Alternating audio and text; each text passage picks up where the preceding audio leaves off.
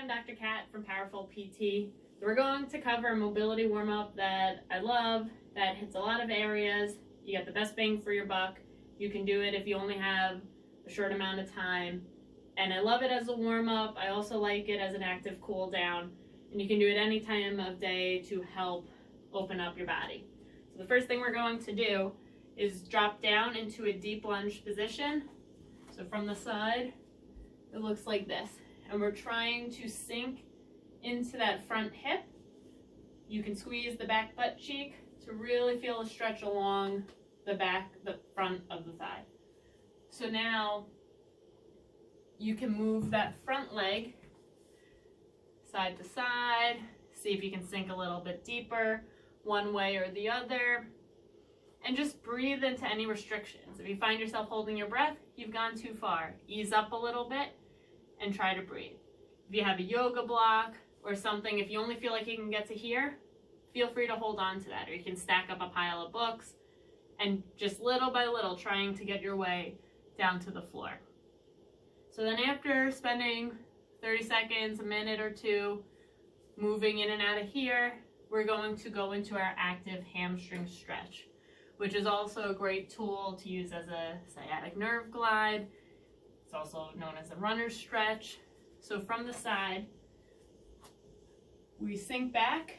We're trying to get back here, legs straight, toes up, and we're flossing in and out of this position. So we're not hanging here too long, but we are moving and feeling the back of the front thigh, mostly. After you go there, figure you do 20-ish of those, or whatever your body feels it needs that day. We'll come back into our deep lunge position, plant our hand on the ground, rotate up towards the front leg, and then thread the needle under that arm. Rotate up, looking towards the ceiling, thread the needle here. And I love this because we're opening up the hips, we're getting a nice trunk rotation, and we're even getting the arms moving and reaching up. So we do that both sides, and then we can also come into a deep side lunge.